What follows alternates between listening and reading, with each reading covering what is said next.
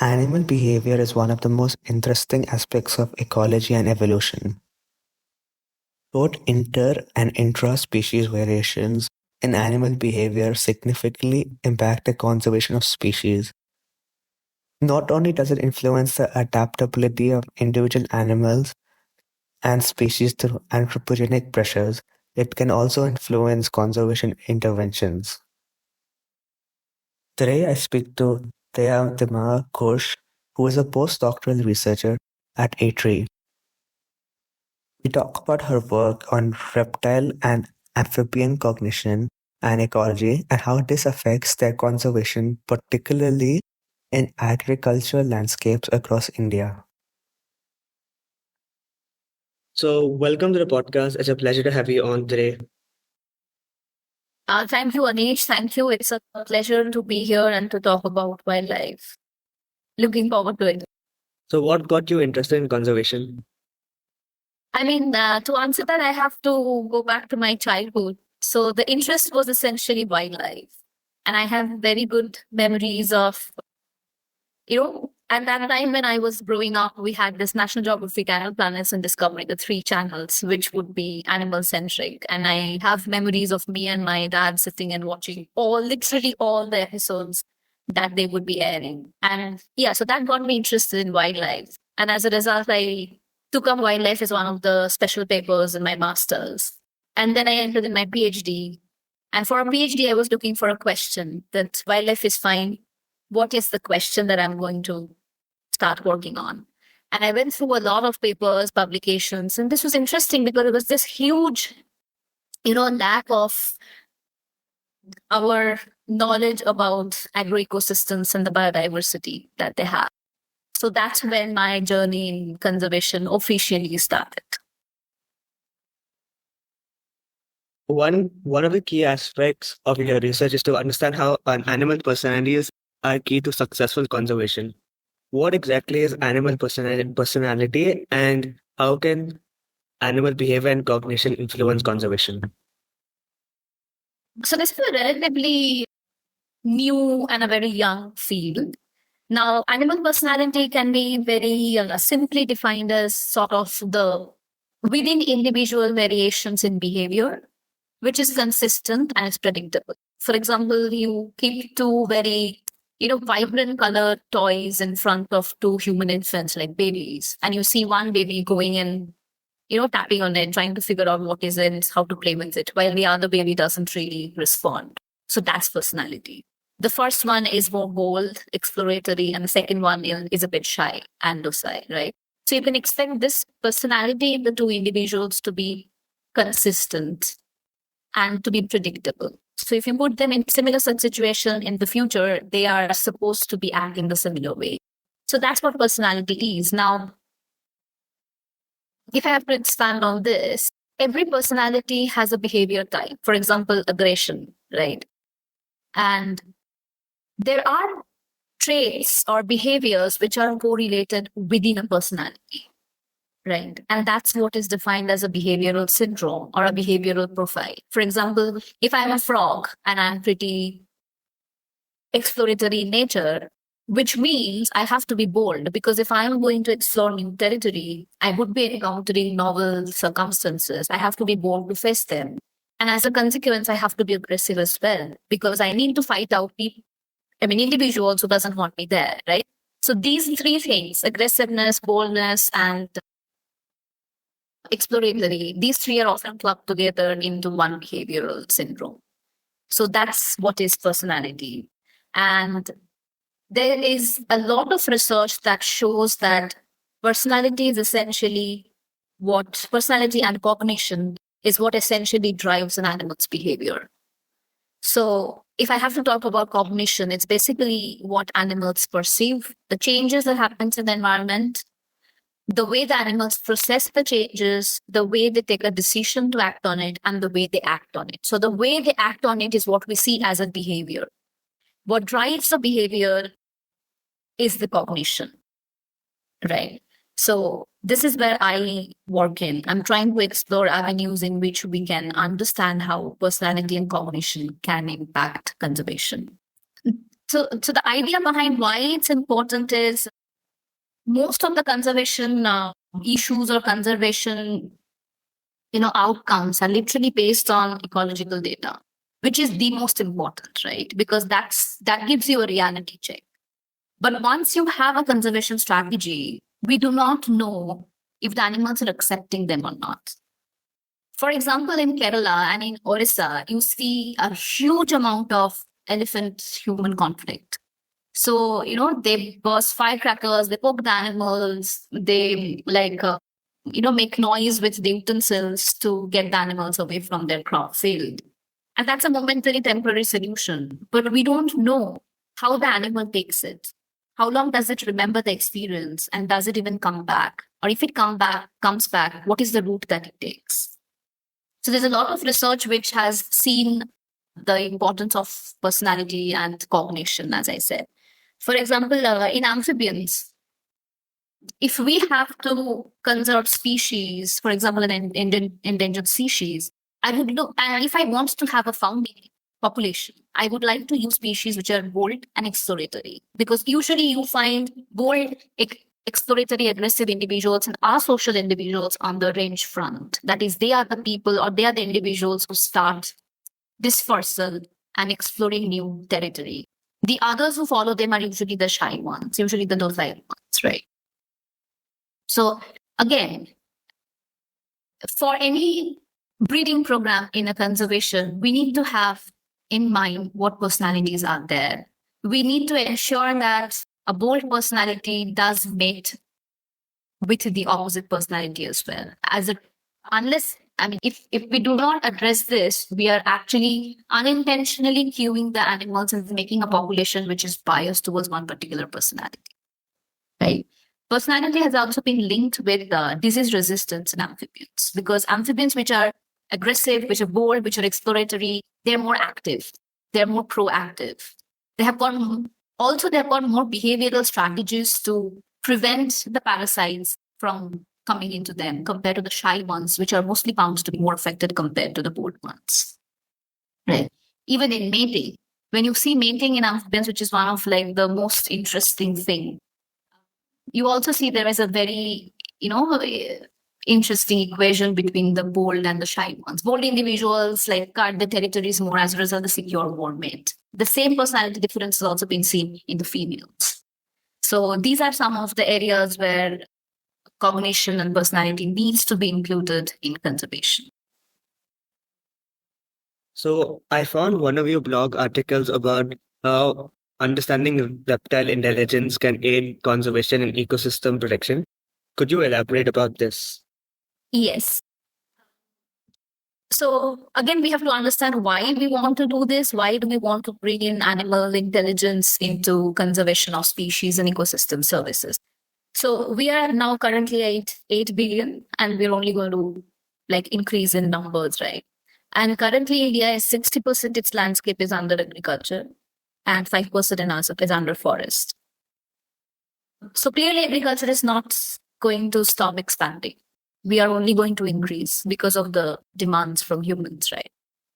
And one of the conventional way to prevent or to improve agricultural products is applying pesticides. And in 2023, the census said that there was 4.3 million metric tons of pesticide that has been used.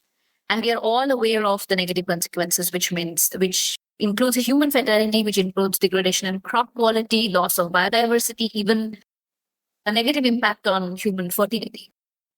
So the alternate option is biological pest regulation, right? That is where we are using the animals as natural bioregulators. There's a lot of work being done, mostly on arthropods. And there are currently 230 species, if I got that number correct, of arthropods which are being actively used in biological pest regulation. So our idea was to see if animal intelligence could be a way in which we make agriculture more sustainable, right? So we tried to see if reptiles, again, in an agroecosystem, there are arthropods, there are birds, there are amphibians and reptiles. The most neglected groups are the amphibians and the reptiles. And reptiles, again, are very good bioregulators, of course. So we were trying to see if reptiles can learn about a rewarding patch. A rewarding crop patch means patches which have got more crop pests, more infestation. So we wanted to see if they can learn about the location of such rewarding patches. And once they have learned it, how do they respond? Do they choose to forage in those patches more? Or are they okay with whatever patches are available? If they choose to forage, do they really spend more time in those patches? And as a result of these cognitive abilities, how does biological pest regulation get impacted? So we found that reptiles do learn about these rewarding patches. They revisit them more, they choose to forage in them more. And as a result, biological pest regulation is like doubled compared to the non-rewarding patches. Recently, you published a research paper on the ecosystem services provided by reptiles and amphibians. What were the findings of this paper? And talk a bit about the methods and the background of your research. So this paper that you're talking about, it's, as you said, it's about amphibians and reptiles being used in ecosystem services. Now, most of the amphibians and reptiles that we find in the agricultural landscape are generalist species. So generalist species are usually capable of tolerating disturbance. One such example is intensification in agriculture. And again, generalist species are also very flexible in their diet. So they include a lot of, crop pests and arthropods within their diet. So these are the animals that can be useful and can be used in pest management. For example, the Calotis, this is the species that we worked on to understand if cognition can be a way for sustainable pest management. These are generalist species. They feed on anything from ants, from crickets, from grasshoppers, the later being defoliators of crop pests. Right? So in that paper, we were trying to understand what is the trend in research in using amphibians and reptiles as pest management. So we collected data for over 50 years. And we collected every report that was published, every information that was available on the internet to understand what is the trend. And as you can see, we do acknowledge their role, but we don't really use them in practical senses in the field. So that was the paper all about. One more paper you worked on focused on how biological pest regulation can benefit from diverse predation modes. What exactly is a predation mode, and could you talk about your findings? Yeah. So predation mode is how animals forage. Now, every animal has a specific way of foraging. Again, coming back to reptiles and amphibians, they are fascinating because they have these two different kinds of foraging. So one is an active foraging, where an animal has to actively go on looking for its prey, right? Which requires the animal to be using its olfactory senses a lot. For example, microhyla, which is a frog, microhyla ornata, which is a small frog species, they're active foragers. Skinks in reptiles, they're active foragers. On the contrary, we have ambush predators, like the pagasil frogs, like the Calotis versicolor, the oriental garden lizards, they're ambush foragers. So what they do is they basically sit and wait for the prey to come close to their striking range. And once the prey is close, they will simply strike and eat, right? So the requirement for the two foraging modes are very different. For the active foraging mode, I need to move a lot. I need to have a lot of energy to move around. And as a result, I need to eat a lot because energy comes from food, obviously, right? Again, as I'm moving around a lot, I'm also learning a lot from my spatial cues. For example, the tree was there, the water body is there. Oh, that particular crop field had a very vibrant color. Oh, there is a huge rock. So I'm also developing a mental mapping of the landscape as I'm moving around a lot, because I might have to come back again, revisit. And if I have learned, then I have to come and forage there because that's a rewarding batch. Right. But so compared to that, in an ambush forager, they are usually less mobile. They basically sit and wait, as I said. As a result, the requirement for energy is much less. Right. So whatever comes in their way, they will eat. And as a result, the dependence on spatial cue is also very less.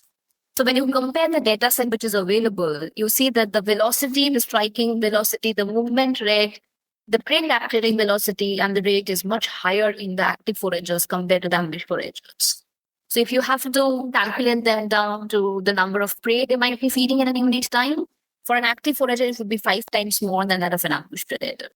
So the idea behind the paper was to understand if we can harness this difference in predation modes to improve pest management, right? If I have pests which are mostly effective or mostly destructive in their larval space, I would like to go for an active forager because they are more mobile. They can go around, they can select, and they can eat, and they depend on olfaction more.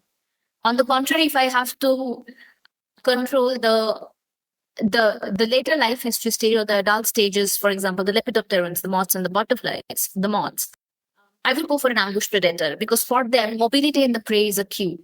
So more mobile the prey is, better it is for the ambush predators to forage on them, right? So depending on which particular life history stage of the crop pests you want to control, you do have a choice between the amphibians and the reptiles if you know about their foraging. So that was the idea behind the paper. What is the impact of agricultural intensification on herpetofauna and the ecosystems they provide, and ecosystem services they provide? Yeah. So, again, as I said, we know agriculture is increasing. We know we are losing biodiversity. And the surprising gap is that there are no studies which literally look into agricultural landscape and how that impacts the biodiversity. Now, these amphibians and reptiles, though we call them together as herpetofauna, like cold-blooded animals, but if you break them down, they are very, very different in their requirements, ecological requirements. The dependence on microhabitat on the niche is completely different. Like for an amphibian and for a reptile, even their dispersal ability, how much do they depend, how much do they move also varies. As a result, their dependence is extremely variable. So we did this study in Balasore during my PhD when we classified the different field science or sampling sciences, low intensive agriculture and high intensive, which was based on pesticide input data, which was based on the land use data around the farmland, and also based on the proportion of natural habitats or natural forests. Sorry. So we found that with an increase in agricultural intensification, there was almost a half. So with an increase in agriculture, there was of course a decrease in abundance in amphibians and reptiles. And this abundance was half of that in the low intensive agriculture. So definitely agriculture is reducing the number of amphibians. If I have to be more precise, in a 10 cross 10 or 100 square meter of a unit, of a farm unit, we found 10 frogs in a low intensive farming. But in a high intensive farming, this number went down to 5, right? So it's exactly half of it. Again, a very interesting thing from this is what happens. A question from this was what happens? We know biodiversity is reducing, but what happens to the ecosystem service? So the ecosystem service that I looked into was again biological pest regulation. And we created an experimental plot over 7,500 square meters. And we had 18 different experimental units, each of 100 square meter. So we maintained frogs at different density, right? Like 10 frogs, 5 frogs, and 0 frogs. And we sampled we monitored the pests, the crop pests, and the arthropod pest predator abundance throughout the paddy growing season for 1 year. So this was again the first work that challenges the notion that frogs are good in biological pest regulations. They are not, unless and until they are maintained at a particular threshold. We do not know the threshold yet, right? If we have 10 frogs per 100 square meter, they're not good enough to control crop pests, clearly. But when the number reduces further, which was the case in the high intensive farming areas at Balasore, they not only not provide ecosystem service, but they start providing an ecosystem disservice. They start targeting the arthropod pest predators, right? So there are crop pests, for example, grasshopper, and there are pest predator, for example. So there's a dragonfly, which is beneficial because it feeds on the crop pest, which is a grasshopper. Now, a frog also feeds on both the grasshopper as well as the dragonfly. If you remember, I mentioned that the frogs in the agricultural lands are mostly generalists, which means they have a wider range of prey. So if I'm a frog and a generalist, I can eat both the crop pest as well as the pest predator, which is the dragonfly. When my number reduces a lot and I am only 5 individuals, I go for the easy prey, which are the dragonflies. Because the frog which I did the experiment with, a paddle-fin frog, as I mentioned, is an ambush predator. For me, movement is more important. Therefore, targeting the crop pest predator becomes easier rather than going for the cryptic ones, which are the crop pests. Right. So when I don't have a competition between myself and my kind, I start feeding on the beneficial pest predators. So this was a finding which was unique. And now we know that if we want these amphibians and the reptiles to give us service, we need to come up with strategies in which we can maintain them at a particular density, which is beneficial. A solution to that would be conservation biology, where we conserve the landscape, and as a result, the animal itself gets conserved. For example, growing hedgerows. For example, growing crop within a particular section and not expanding it within the forest. Maintaining natural vegetation at a particular landscape scale, different landscape scale, so that they survive, and as a result, I get the benefit. For example, having fences or having plants which help in dispersal of the amphibians and the reptiles, so that they can move between the crop fields and natural vegetations. They can utilize the natural habitats. They can eat more food there and come back to my crop patches where there is crop infestation and more food available. Talk about the role of agricultural landscapes as reservoirs for biodiversity and what factors influence herpetophobia former abundance in diversity in tropical agricultural landscapes. So, again, as I mentioned, the amphibians and reptiles are very unique in their ecological requirements, right? So, agricultural landscapes provide a beautiful habitat because of their land and water matrix. Mostly the paddies, if you see, you have water there, right? You have water throughout the paddy growing season, and then there is upland there as a natural vegetation in the forest, dryland. So these produce a perfect matrix which allows to accommodate both of the life cycles, like the larval form as well as the post metamorphic phases.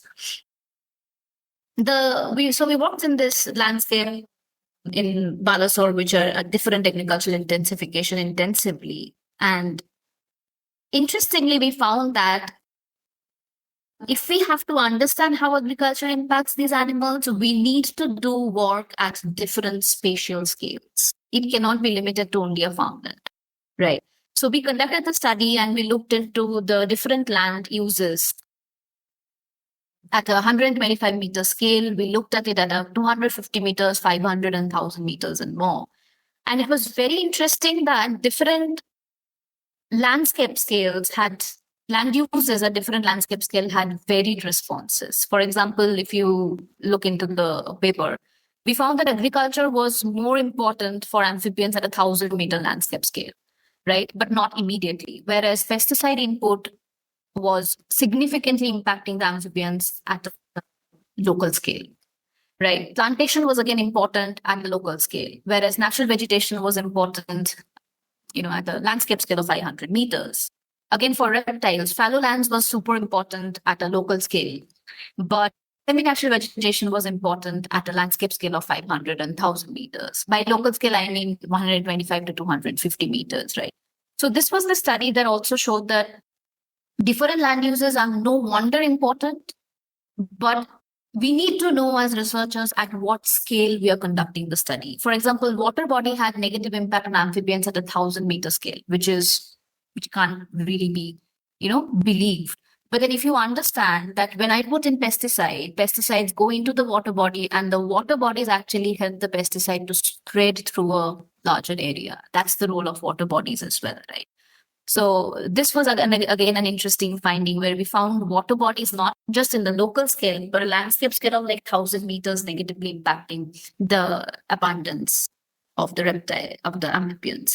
Similarly, we also found that how habitat heterogeneity, like how heterogeneous the habitat should be so that the amphibians and reptiles are positively impacted. And it again seems that heterogeneity should be very high at the landscape level, 500 meters and beyond, to support the amphibians and reptiles at a local scale, right?